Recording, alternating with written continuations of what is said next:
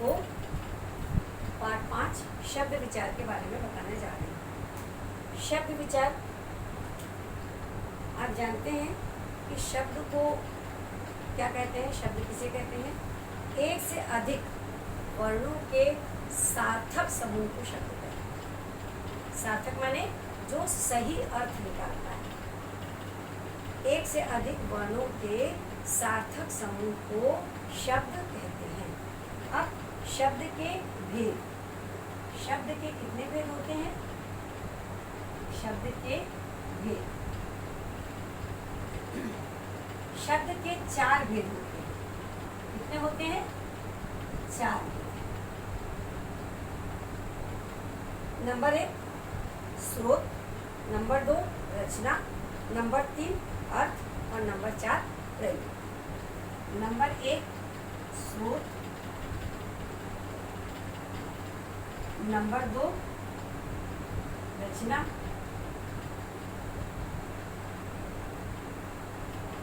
रचना के आधार पर पहला हो गया आपका स्रोत के आधार पर, और तीसरा अर्थ के आधार पर,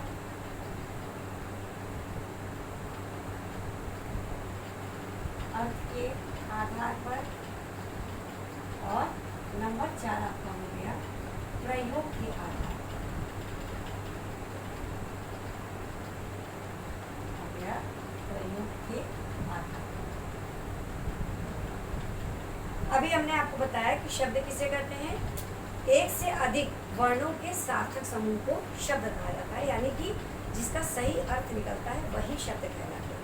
जिसका अर्थ सही नहीं निकलता वे शब्द नहीं कहलाए जाते। ये नहीं कि किसी भी तरीके से आपने वर्णों को जोड़ दिया और उसके अर्थ जो है वो सही नहीं निकल रहे हैं तो वो शब्द हो गए, वो कभी भी शब्द नहीं होंगे। तो शब्द के कितने भेद होते हैं? शब्द के 4 भेद हैं।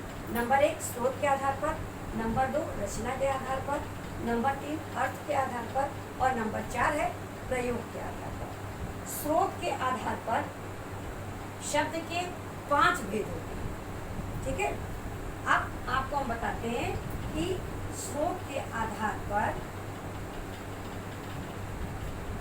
स्रोत के आधार पर 5 भेद हैं शब्द, शब्द के 5 भेद हैं। कौन कौन से? तत्सम, तद्भव, देशज, विदेशी और मिश्र। नंबर 1 तत्सम शब्द, नंबर 2 तद्भव शब्द,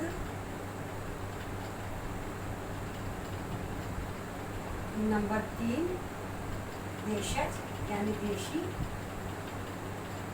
नंबर 4 विदेशी, और नंबर 5 हो गया मिश्र। मिश्र मिश्र शब्द को संकर शब्द भी कहा जाता है। क्या कहा जाता है? संकर। अब आपके आ गए कि तत्सम शब्द क्या है? तत्सम माने होता है शुद्ध, जो संस्कृत से शब्द लिए गए हैं, जो संस्कृत से शब्द आए हैं कह लीजिए या लिए गए हैं, उसका प्रयोग ठीक उसी तरीके से कर लेना, उसमें कोई भी बदलाव या परिवर्तन नहीं करते हैं, वे कहलाते हैं तत्सम शब्द। यानी कि संस्कृत के शुद्ध शब्द ही तत्सम शब्द कहलाते हैं। जैसे अग्नि, मुख, दंत, हस्त, ठीक, ये क्या है? ये संस्कृत के शब्द हैं जो कि बिना किसी परिवर्तन के हमने उसका प्रयोग कर लिया है, वे कहलाते हैं तत्सम यानी शुद्ध शब्द। अब आता है आपका तद्भव शब्द। तद्भव शब्द क्या है? इस संस्कृत के वे शब्द जिसमें थोड़ा सा परिवर्तन करके हमने उसको हिंदी भाषा में प्रयोग कर लिया, वे कहलाते हैं तद्भव शब्द। क्या कहलाते हैं? संस्कृत के वे शब्द जो थोड़ा सा परिवर्तित होकर के हिंदी में हमने उसका प्रयोग किया, परिवर्तन करके, वे कहलाते हैं तद्भव शब्द। अब देखिए, ये तत्सम शब्द हो गए, अग्नि, मुख, दंत, हस्त। अब इसका तद्भव, तद्भव शब्द क्या होगा? अग्नि का हो जाएगा आग, मुख का हो जाएगा मुंह, दंत का हो जाएगा दांत, और हस्त का हो जाएगा हाथ। ये तत्सम शब्द के तद्भव शब्द हो गए। ये संस्कृत में जैसे थे शुद्ध वैसे ही हमने प्रयोग कर लिए, ये तत्सम शब्द हो गया, और उसी में परिवर्तन करके हमने उसको हिंदी में प्रयोग कर लिया, तो ये तद्भव शब्द हो गए। अग्नि का हो गया आग, मुख का हो गया मुंह, दंत का हो गया दांत, और हस्त का हो गया हाथ। ये हो गए आपके तद्भव शब्द। अब इसके बाद आपका आता है देशज, यानी देशी शब्द। देशज शब्द क्या है कि देशज अर्थात अपने देश में ही जिनकी उत्पत्ति हुई, कहीं दूर से नहीं आए हैं, कहीं दूसरी भाषा से नहीं लिए गए, उनकी उत्पत्ति, उनका जन्म अपने ही देश में हुआ है। शब्द जो देश के विभिन्न प्रदेशों में जो बोलचाल की भाषा है, अलग अलग क्षेत्रों में, अलग अलग प्रदेशों में जो बोलचाल की भाषा है, वो हिंदी में आ गई, वही देशज शब्द। अलग अलग क्षेत्रों में, अलग अलग प्रदेशों में जो बोलचाल की भाषा है, वह हिंदी में ले लिए गए हैं, वही कहलाते हैं देशज शब्द। यानी कि जिनकी उत्पत्ति हमारे ही देश में हुई है, वह कहीं बाहर से नहीं आए हैं, जो साधारण बोलचाल की भाषा से ले लिए गए हैं, उनका प्रयोग हमने हिंदी में कर लिया, वे कहलाते हैं देशज शब्द। जैसे धोती,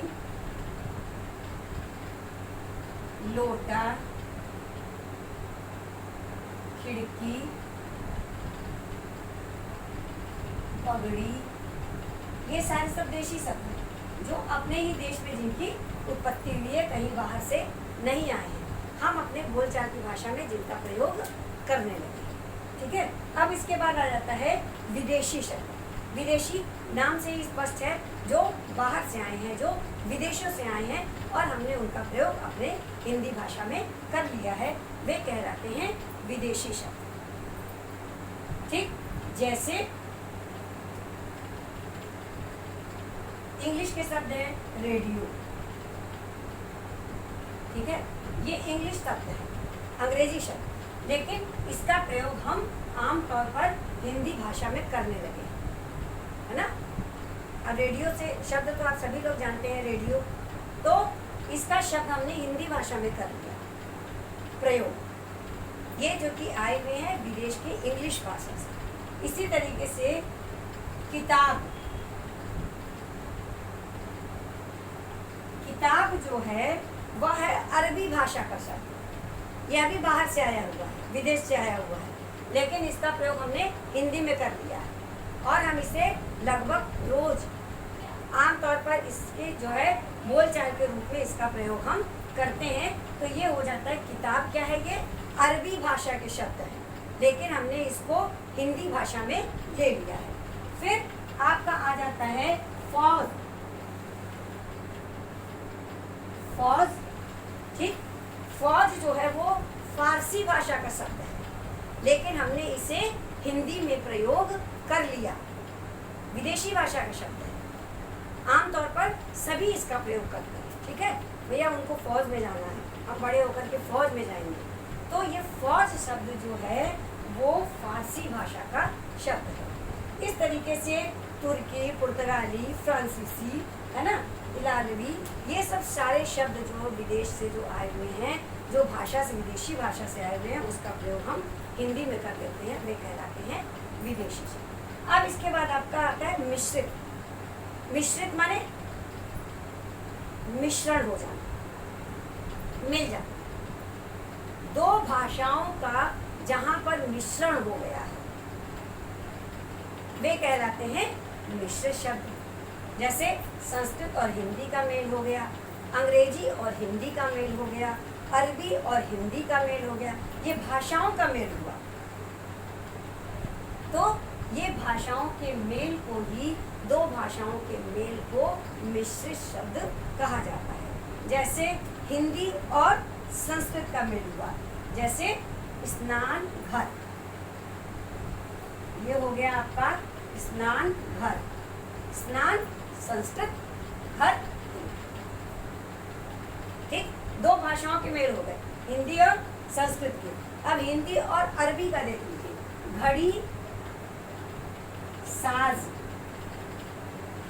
साज हो गया अरबी, घड़ी हो गई हिंदी, हिंदी और अरबी का मेल हो गया।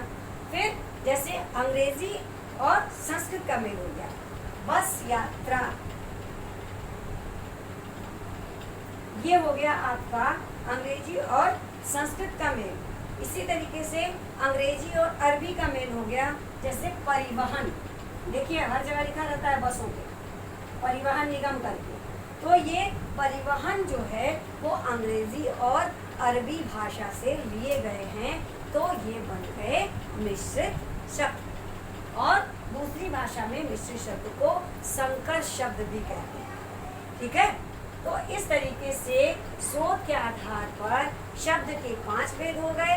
नंबर 1 तत्सम, नंबर 2 तद्भव, नंबर 3 देशज, नंबर 4 विदेशी और नंबर 5 हो गया आपका मिश्रित शब्द। अब देखिए जो दूसरा, रचना के आधार पर शब्द के कितने भेद हैं।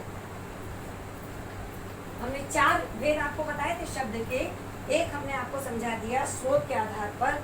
अब दूसरा आएगा आपका रचना के आधार पर शब्द के कितने भेद हैं। रचना के आधार पर, रचना के आधार पर शब्द के 3 भेद, 3 भेद। रचना के आधार पर शब्द के 3 भेद हो गए। कौन कौन से?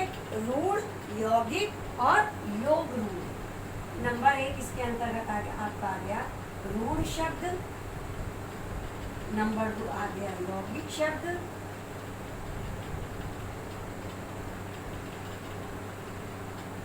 नंबर 3 आपका आ गया योग रूढ़ शब्द, योग रूढ़ शब्द, ये हो गया। अब देखिए रूढ़ शब्द क्या है। रूढ़ शब्द, ये शब्द बहुत प्राचीन काल से चले आ रहे हैं, है ना। इसमें एक निश्चित अर्थ प्रकट करने वाले शब्द होते हैं, जिनके टुकड़े करने पर कोई अर्थ प्राप्त नहीं हो। अगर आप उनके टुकड़े कर देंगे तो आपको उसमें से कोई भी अर्थ जो है वो नहीं मिलेगा। ये कहलाते हैं रूढ़ शब्द, जो कि बहुत ही प्राचीन है, पुराने समय से ही ये शब्द चले आ रहे हैं, लेकिन इनके टुकड़े अगर आप कर देंगे तो उसमें से कोई भी अर्थ आपको नहीं मिलेगा। अगर आप ये सोचेंगे कि इनको अलग अलग भागों में बांट दिया जाए तो उसका कोई अर्थ निकले, तो उसका कोई भी अर्थ नहीं निकलेगा। जैसे हाथ, पैर, घोड़ा, गाय, बकरी, जैसे हाथ, पैर, घोड़ा, गाय, बकरी, अगर आप इन्हें अलग करेंगे तो इनमें से आपको किसी भी शब्द का अर्थ क्लियर हो पाएगा? बिल्कुल भी आपको किसी भी शब्द का अर्थ नहीं मिलेगा अगर आपने इसे अलग कर दिया तो। रूढ़ शब्द क्या है? ये बहुत पुराने समय से चले आ रहे हैं, परंतु इसके टुकड़े करने पर इसका कोई भी अलग अर्थ नहीं निकलता। अब इसके बाद आपका आ जाता है यौगिक शब्द। यौगिक, यौगिक माने योग से बने हुए, मेल से बने हुए। ठीक है, यौगिक शब्द अर्थात योग से बनने वाला शब्द। ऐसे शब्द जो 2 या 2 से अधिक शब्दों के योग से बनते हैं, अकेला नहीं बनता। 2 या 2 से अधिक शब्दों को जब जोड़ दिया जाता है तब वे यौगिक शब्द कहलाते हैं। ठीक है, जैसे हाँ, और एक बात और कि यौगिक शब्दों के खंड किए जा सकते हैं। यौगिक शब्दों को अलग अलग किया जा सकता है, यौगिक शब्दों का विच्छेद किया जा सकता है, और विच्छेद करने पर उसका अर्थ भी निकल आता है। जैसे रूढ़ शब्द में था कि अगर उसको आपने अलग कर दिया तो उसका कोई अर्थ नहीं निकलेगा। यौगिक शब्द में ऐसा बिल्कुल नहीं है।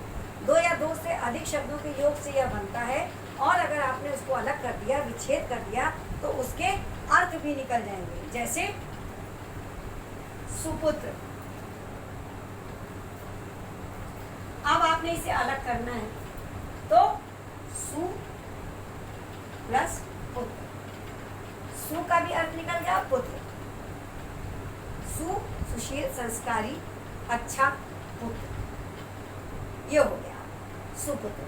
देखिए, इसको अलग करने पर भी इसका अर्थ निकल आया, तो ये कहलाते हैं यौगिक शब्द। इसी प्रकार योग रूढ़ शब्द, योग रूढ़ अर्थात योग से बने रूढ़ शब्द जो यौगिक होते हैं परंतु एक विशेष अर्थ लिए रूढ़ हो जाते हैं। दो या दो से अधिक शब्दों से मिलकर बनते हैं, यौगिक भी होते हैं, परंतु ये अलग करने पर रूढ़ शब्द हो जाते हैं। इसमें आप इसको अलग कर देंगे तब आपको ये समझ में आने लगता है। जैसे दश प्लस आनंद, देखिए दो शब्द इसमें जुड़ गया, दश और आनंद, आपने अलग कर दिया। अब क्या हो गया, ये दशानंद। दशानंद माने कौन है दशानंद? रावण। दस है आनंद के,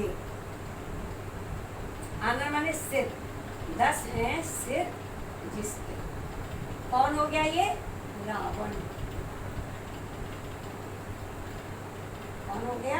ये हो गया रावण। इसका अलग अर्थ एक निकल आया, रावण को दशानन भी कहा जाता है। इसी प्रकार त्रिनेत्र, 3 है नेत्र जिसके, अर्थात कौन? शंकर। तो ये हो गए आपके योग रूढ़ शब्द, प्रयोग रचना के आधार पर रूढ़, यौगिक और योग रूढ़। अब आपको बताते हैं कि अर्थ के आधार पर,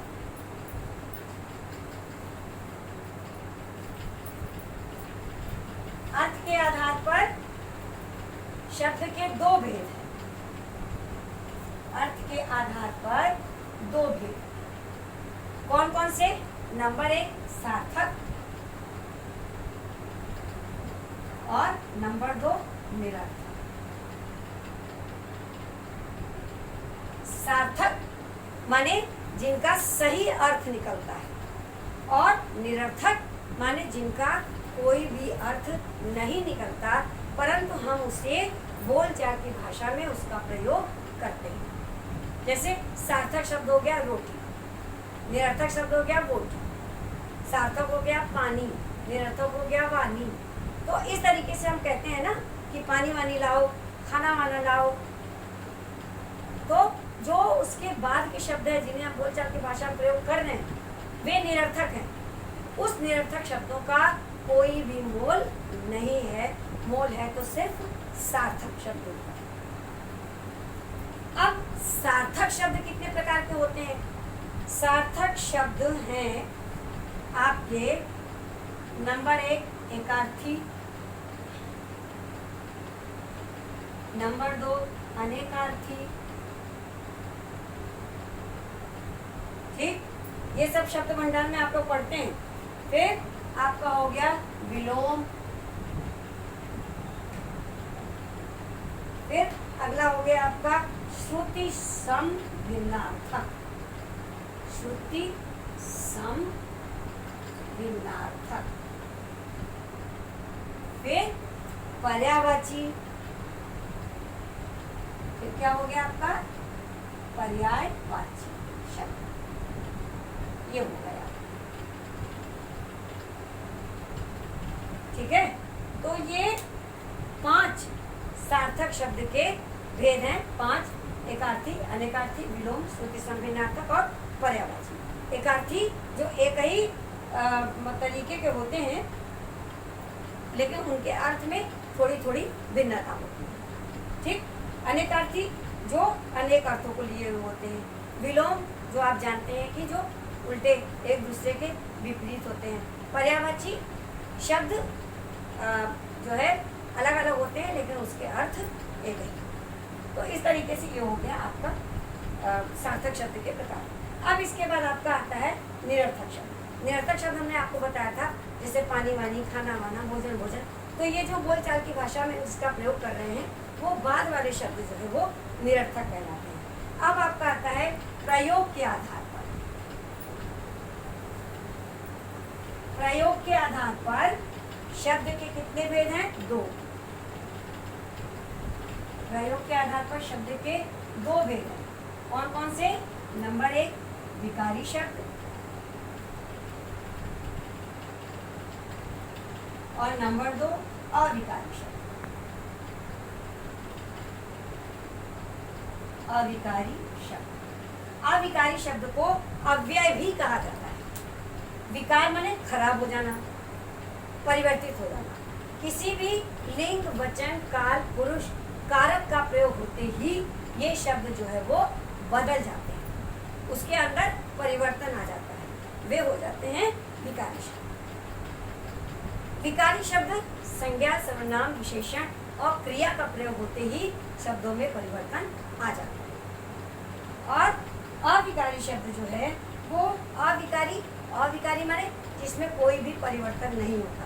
किसी भी लिंग, वचन, काल, पुरुष, कारक का प्रयोग कर देने पर भी उनमें किसी भी प्रकार का कोई बदलाव नहीं आता है, वे कहते हैं अविकारी शब्द को कहलाते हैं।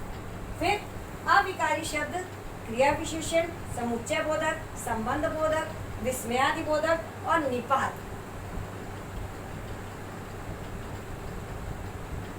इन शब्दों के प्रयोग से जो है अविकारी शब्द बनते हैं। जैसे मलय क्रिया विशेषण, क्रिया विशेषण के अंतर्गत हम प्रयोग करते हैं ना, हमेशा है, बाहर, बहुत, इन शब्दों को नहीं बदला जा सकता। समुच्चय बोधक अतः, परंतु और नहीं बदल सकते। संबंध बोधक के तरह, के आगे, के सहित नहीं बदला जा सकता। विस्मयादि बोधक अरे, आहा, वाह, ये विस्मयादि बोधक नहीं बदल सकते। निपात हो, भी, तो, इन शब्दों को आप कैसे बदल सकते हैं? तो ये अविकारी शब्द किसी भी परिस्थिति में इसमें कोई भी परिवर्तन नहीं आता। तो हमने आज आपको बताया कि शब्द किसे कहते हैं, शब्द के कितने भेद होते हैं और उन भेदों के कितने भेद होते हैं। तो ये पाठ आपको अच्छी तरीके से समझ में आ गया होगा।